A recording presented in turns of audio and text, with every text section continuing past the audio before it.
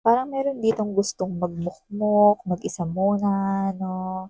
So, nakita ko rito na parang wala siyang gustong pagbuksan dahil kung mapapansin ninyo ang susi ay nakasandal dun 'no, sa gilid. So, nakikita ko rito na kung sino man 'to 'no, feeling depressed 'no, parang ayaw niya muna ngayon ng kausap, posibleng bino-block niya ngayon yung communication, pero for some reason. Possible na nag-away kayo nitong person na 'to 'no, kaya meron ditong temporary na parang block ng communication, 'yan. So, posibleng, actually pues puwede namang block talaga sa social media or ano man 'yan, SIM card or whatever 'no. Pero nakuha ko rin dito yung energy na hindi naman block sa social media pero hindi lang nag-uusap. Possible na nag-away kayo rito. There could be an argument 'no, na pumagitna rito. So, let's see. Oh, by the way mga babes 'no, dahil nakakuha ko rito na parang mga no communication or no contact situation. Kaya nga tayo gumawa ng content na last time 'no, for us to be able to update yung mga gusto ng mga no contact or walang communication 'no, update coming from their person sa kanilang mind 'no. So, dahil hindi naman gano'n ka-busy ako 'no, sa mga susunod na mga linggo 'no, I will be opening doors right here 'no, for those interested dun sa hidden/secret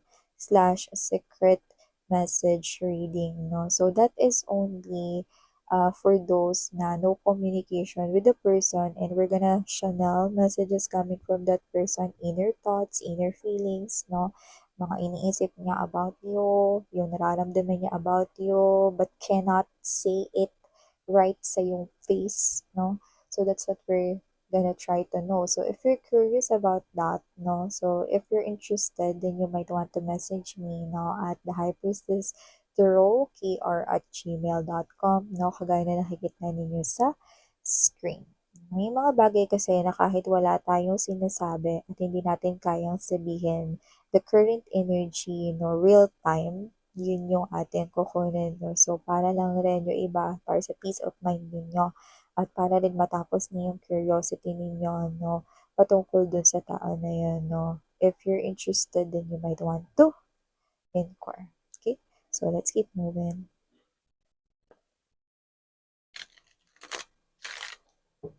Pero siyempre temporary lang yung mga babes kasi 'pag naging busy na ang lola niyo, ayan 'no, balik na tayo sa dati nating routine. Okay.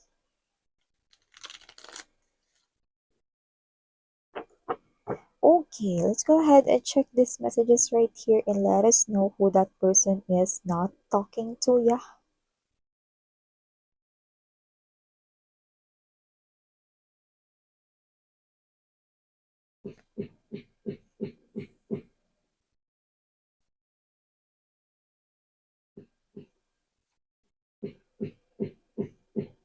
Oh. Someone here cannot think straight.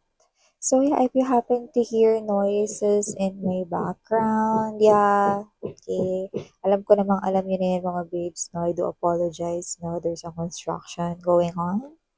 Yeah, so let's keep moving. Oh, bingo.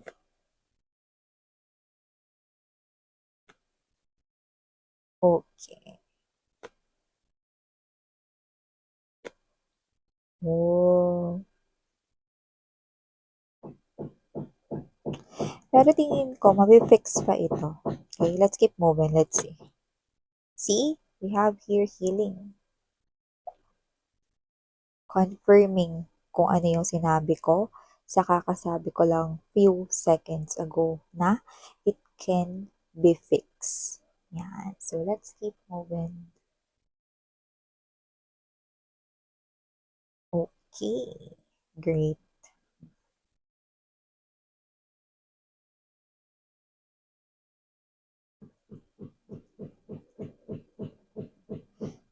So, before we dive deeper into this reading of yours, mga babes, let me just greet everybody first. Hi and hello there new subscribers. Ako po si Yan. Welcome tuloy. At sa mga returning viewers, thank you po sa inyong walang sawang suporta at pagmamahal. So yun nga mga babes, kung hindi nyo pa knows, meron pa po tayong other channel. Link is down below sa ating description box. So if interested ka rin tumambay dyan din, sama-sama tayo there. And yun nga, wala po tayo ditong gender, babae, lalaki, LGBT, lahat kayo welcome. And also, timeless din po ito. Pwedeng tapos na, nangyari na, pwede namang nangyayari sa kasalukuyan or in the present moment. At pwede namang hindi pa sa iba at posibleng mangyayari pa lang in the future. So, nakikita ko dito mga babes, no, na kung sino man tong energy na to, no, it looks like you are besties, close friends kayo, pwedeng almost family na, no? Parang kapatid mo na siya rito. Na take note mga babes, no? Wala ko nakikita rito may namumuong romansa sa inyo. Pero love as a best friend, love as a friend, love as a like a sister or like a brother, yun yung nakikita ko dito sa inyo. Siguro yung iba, puwedeng bata pa lang kayo, magkapitbahay na kayo, magkalaro na kayo, schoolmate na kayo, classmate na kayo, puwedeng magkaibigan yung mga magulang ninyo or whatever, 'yan, yung iba gano'n, 'no? Pero nakita ko dito 'no, na parang kayo ito, na parang kahit na hindi kayo magkadugo 'no, yung inyong friendship ay matibay. Pero ngayon dahil malaki na kayo 'no, nakita ko rito na dati kung ang pinag-aawayan lang ay kung sinong taya sa tagu-taguan, at sa langit lupa 'no, impyerno o sili-sili maanghangin 'no, nalaro niyo ba 'yun, yung mga ganyan, yung mga patintero 'no? Usong-uso 'yan dati 'no. So, 'yun nga mga babes 'no, nakita ko rito na noon laruan lang o kaya kung mga maliliit na bagay lang yung pinagtatalunan niyo nito 'no, or pakopya ng assignment dito or kung ano man 'yan 'no, mga maliliit na bagay lang. Pero ngayon naku, ang lalaki niyo na. Nag-aaway na kayo dahil sa pig-ibig, 'yan 'no. Pero meron nga ba talagang dapat pag-awayan dito, 'yan 'no. Ano ba sa tingin mo Miss 'yan? 'Yan nakita ko rito mga babes 'no, na etong friend mo na ito, lumalabas siya rito as the energy of Nine of Wands energy at meron siyang gustong isanggay. Knight of Cups energy 'no. Nakita ko namang napaka-supportive nung energy mo dito sa love life 'no, na gustong buuhin, take note, gustong buuhin ng friend mo 'no, sa kaniyang buhay romansa 'no. So nakita ko dito na you as a friend ay supportive, nagsa-suggest ka rin ng ano yung mga puwede niyang gawin para mapansin siya ng crush niyang si Knight of Cups energy, ayan 'no. Someone who could be a hopeless romantic, someone na type niya dito kasi posibleng may pagkasimple lang, tradisyonal, malakas yung appeal 'no, pero talaga namang pangmalakasan yung energy 'no. Like niya yung person na 'yan 'no, at love na love niya rin. Kaya nga feeling broken-hearted 'tong si ate girl mo or si kuya boy, kuya boy. So, kung sino man 'tong energy na 'to mga babes na nakita ko rito na galit ito 'no, sa'yo kasi posibleng nalaman niya or nalaman ninyong pareho na ang gusto pala ng gusto niya ay walang iba kundi ikaw.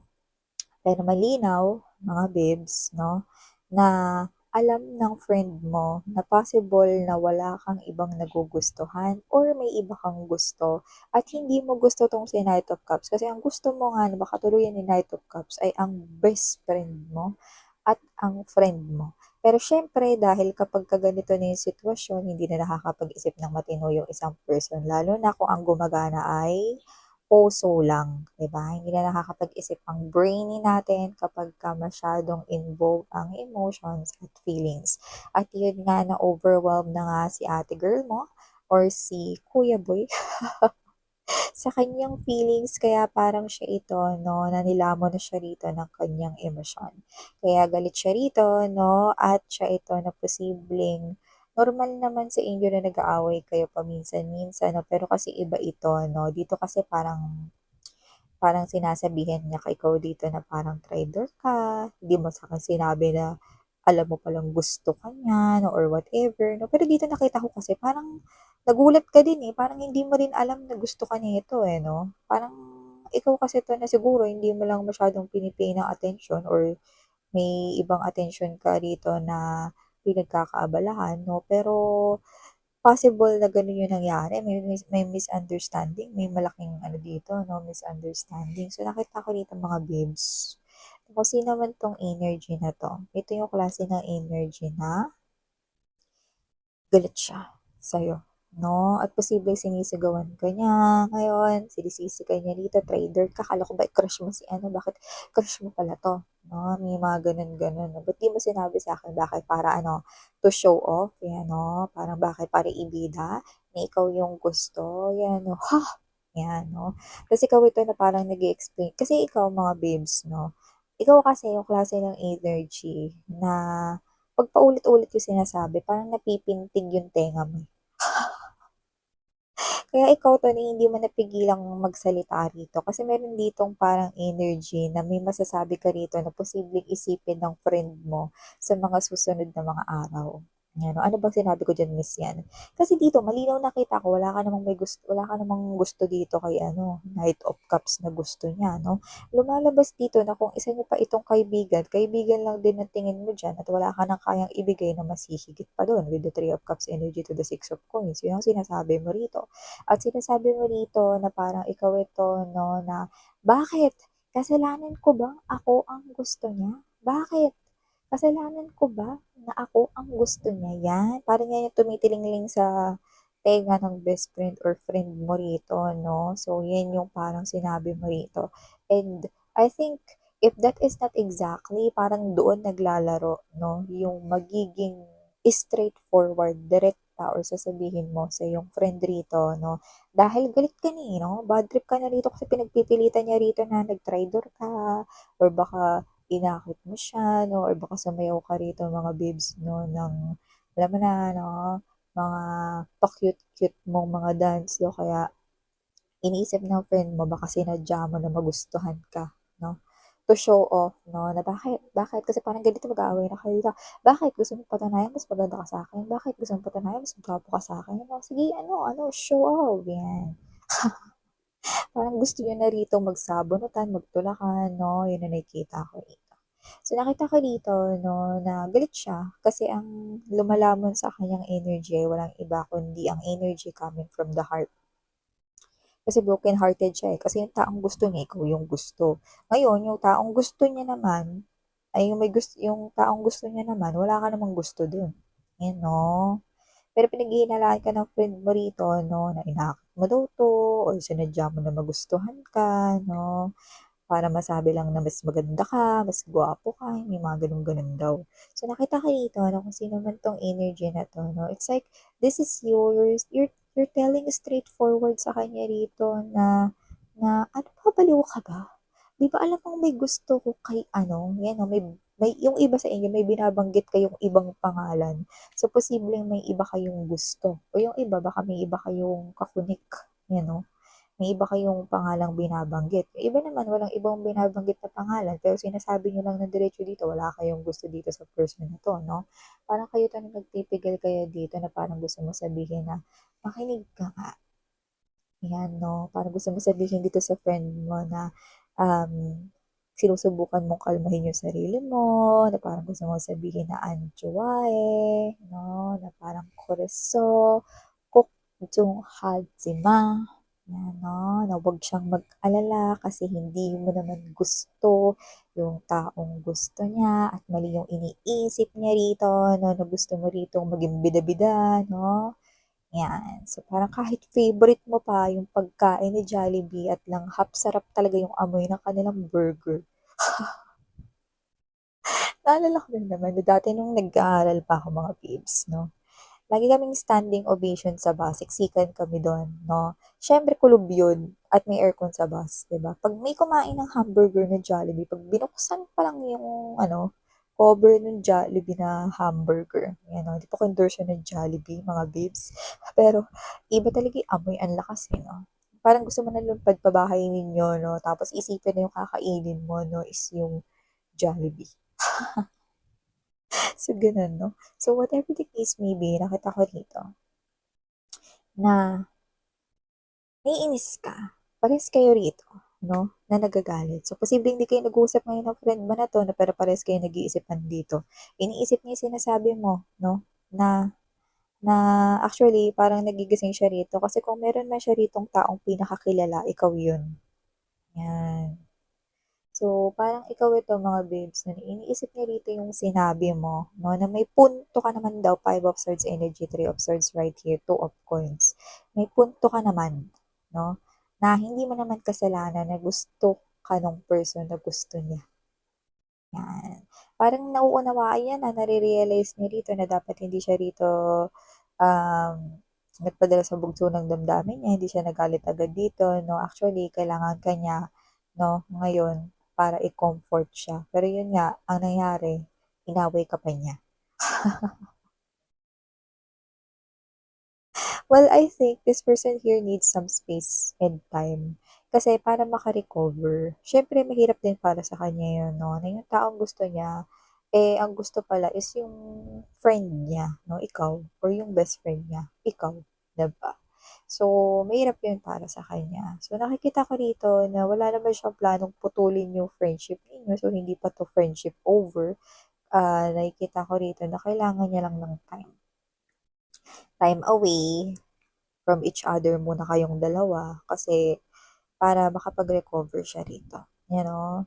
Tapos parang ikaw 'to na, "Miss 'yan, ano pa bang kailangan i-time recover diyan? Eh, wala naman akong gusto dun sa taong gusto niya, pati na lang kami magkaayos." Kasi nga babe, matters of the heart, 'yan, oh.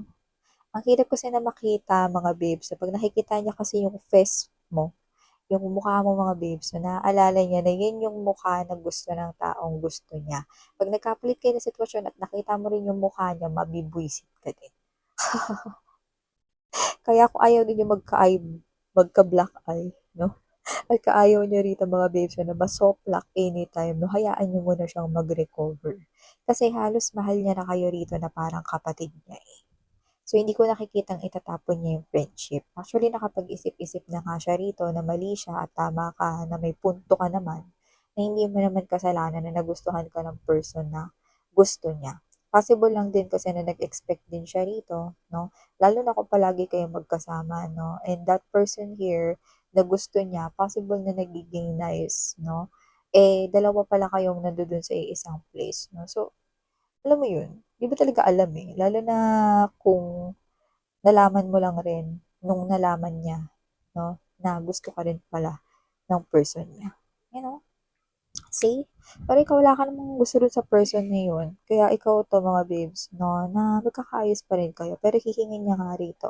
Ayun, may conversation dito mangyayari sa inyo, eh, 'no? Usapang alam mo na, usapang tropa 'no, usapang ano, 'yan 'no, parang, "O sige, naamin ko na." 'Yan 'no. Hindi mo naman talaga kasalanan na ma-inlove siya sa'yo. 'Yan, oh. So, nakikita ko rin na magso-sorry, sorry, gano'n. Yung sorry niya parang medyo matigas pero parang sanay na kayo. Sorry, hindi kasi kayo sanay dito na parang nagpapakumbaba sa isa't isa 'no or whatever 'no. So, nakita ko dito na pure naman yung intention na sorry. Pero yun nga, baka hingin niya din sa'yo rito yung some time away 'no, parang kanta lang ni Ian Constantino 'no. Hindi naman kayo nitong friend mo na 'to pero parang kayo ito na parang cool off muna as a friend 'no, dahil magre-recover muna siya sa sugatan niyang heart 'no. Pero nakikita ko rito na 'pag nagkaayos kayo rito 'no, 'yan, magandang usapan pa rin 'to. Magiging friends pa rin kayo ulit yung nakikita ko rito. Actually, mga babes 'no, parang may offer ka pa rito 'no, na na anong gusto mong gawin mo 'no? Gusto mo bang sabihin ko directly diyan sa crush mo na nire-reject ko siya, binabasted ko siya, 'yan 'no, parang may gano'n kang gustong i-offer 'no? Or parang gusto mo ba kausapin ko siya dito or ibida kita dito and then, yeah, may ibang gano'n yung sasabihin mismo 'no, but your friend will definitely, disagree doon. Kasi ayoko parang sinabi mo na rin na wala akong kakayanan na ibigin ako niyan, ano, parang sinabi mo na rin mas maganda ka sa'kin, ano?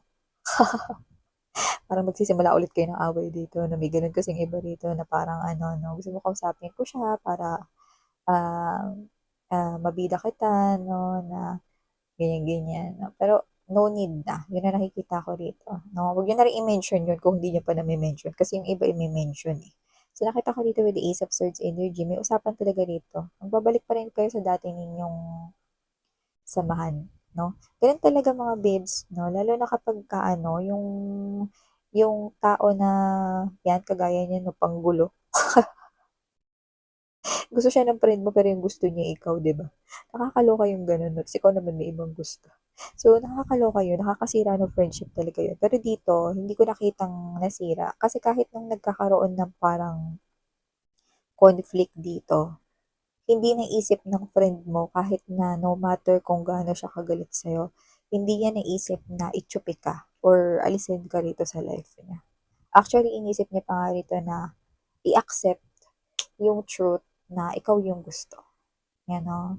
Actually, nakikita ko dito mga babes na possible na hindi rin na maging sila nito. Kasi possible na may makilala pa siyang iba in the future. Yeah. So, nakita ko dito na parang yung dumating na yun is parang muntik lang 'no, na na alam mo na, challenge 'no, na muntik na, mag-interrupt ng inyong friendship nitong friend mo na 'to 'no, pero hindi ko nakitang nasira ang inyong friendship because of that guy or because of that woman 'no, na naging crush niya. So, yeah, ano, ibig sabihin challenge lang yun, test lang yun, pagsubok lang, 'di ba?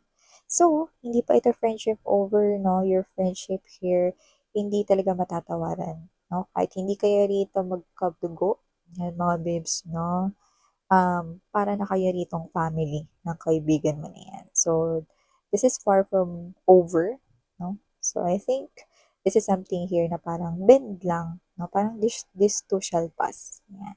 So yeah, these are all the messages I've got right here for you, sweetheart. Please do check out other channel if you're interested. Link is down below and muli ako po si Yan Sarang Heya Love and Light. Annyeong!